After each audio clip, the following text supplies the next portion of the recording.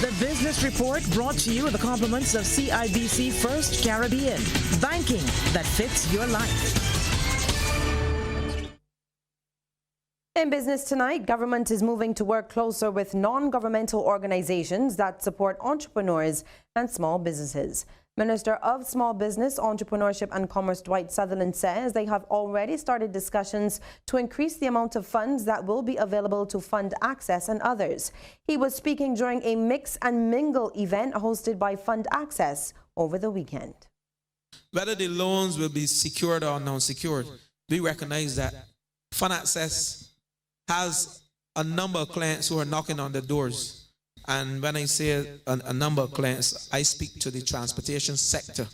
And indeed, I am very passionate about that sector because I believe critical to infrastructural development is a good transport sector. And indeed, that is one of the dearth as it relates to transportation in this country. And I would love to see the day that Fund Access will open the floodgates for those persons and do so willingly, not saying that they will not, but what they need is financing. Well, also speaking during that event was the chairman of Fund Access, David Simpson, who says they're still carrying out their mandate to assist small businesses and entrepreneurs on the island. He made this clear after saying the entity has taken a lot of criticism in its 2 decades of existence for not doing enough, but their figures speak for themselves.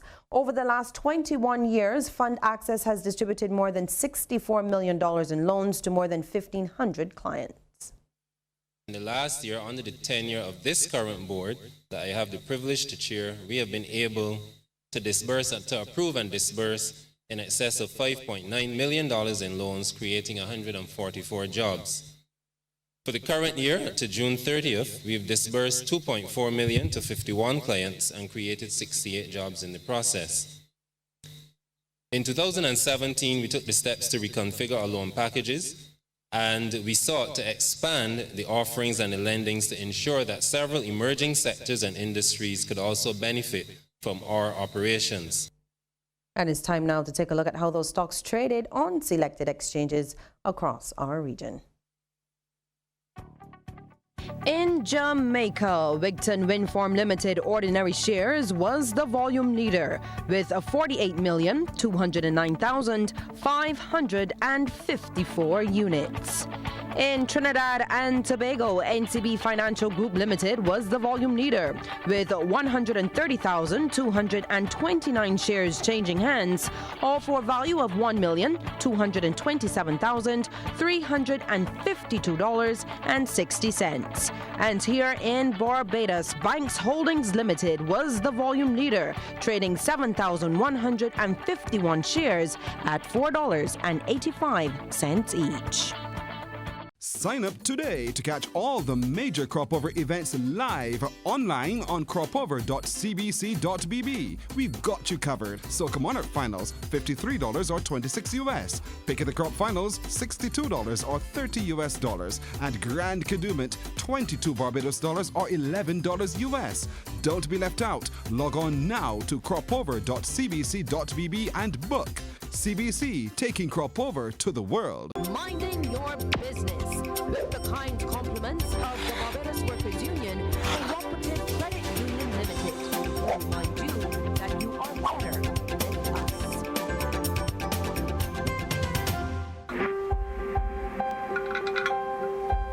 Just what is he doing, you may ask? Well, on this edition of Minding Your Business, it's all about printer ink and how you can recycle the ink that you use. Very often when most of us are finished with an inkjet cartridge for our printers, that's it. It usually means a trip to the store to buy a new one and throwing away the old cartridge. But a locally environmentally conscious small business is telling you not so fast, and they're urging you to hold off on getting rid of that old inkjet cartridge because very often it can be used again and could even cost less than what you pay for it in the first place. InkTech is operated by businessman Tom Fountain, who started the company just over 9 years ago. We started really because I was doing some consultancy at the time and I was producing a lot of reports and realized how expensive ink was.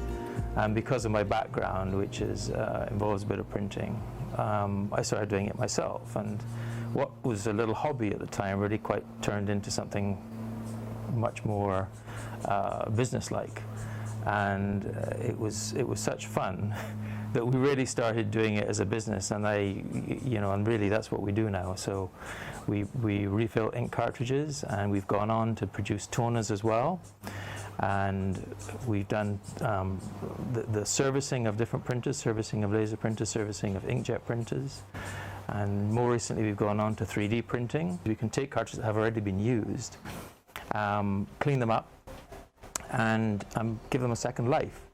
So you're giving people a product which is as good as the original, because we use quality inks and everything we do is tested, but at a fraction of the cost that the original supplier would be able to produce it at, or would be able to sell it at. So now it's time to get down to some work, and it has been left to the technician, Deandro Aline, to show me the ropes. So the first part of the process is to take the old inkjet cartridges in this machine, which drains them of any old remaining ink. Now the second machine actually cleans the cartridge itself thoroughly to make sure that it can be refilled with ink. And then the almost final part of the process involves using these needles to refill the cartridges depending on which colors are required.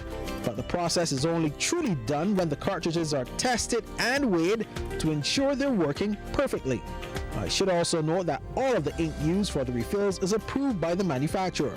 And with a process that clearly falls into the category of reuse, Mr. Fulton talked about their efforts to be a truly environmentally friendly company. Because we're reusing a product, we stop people throwing away cartridges, if you like. We actually pay money to people to reuse their cartridges. So we will pay a little money for anybody who sells us their empty cartridges, and that keeps that out of the trash. They get a second life, so that saves a bit of foreign exchange. It's all good, right? But we try as well on the way we do the work. We try and conserve power. We have a photovoltaic system here, so we are giving back a little bit. We have a good water management policy, so we don't use as much water as we otherwise might. Meanwhile, the company is already looking to the future with 3D printing now added to its list of services. This is a cookie cutter we made for independence, so it's like cuts the cookie and then you can stamp the trident in it. And that's been very popular as well around Independence time, not so much at the moment. And this is something we've actually invented, and we've got a patent pending on this. Now, if you'd like to get in contact with the folks at InkTech, just give them a call at 421-7844, email info@inktechbb.com, check out their Facebook page, or pay them a visit at number 6 High Park, St. James. 1, 2, 3, and all set to fill. And that's it for this week's edition of Minding Your Business. Thanks to InkTech. Do have a good night. Minding your business with the kind compliments of the Barbados Workers Union Cooperative Credit Union Limited, who remind you that you are better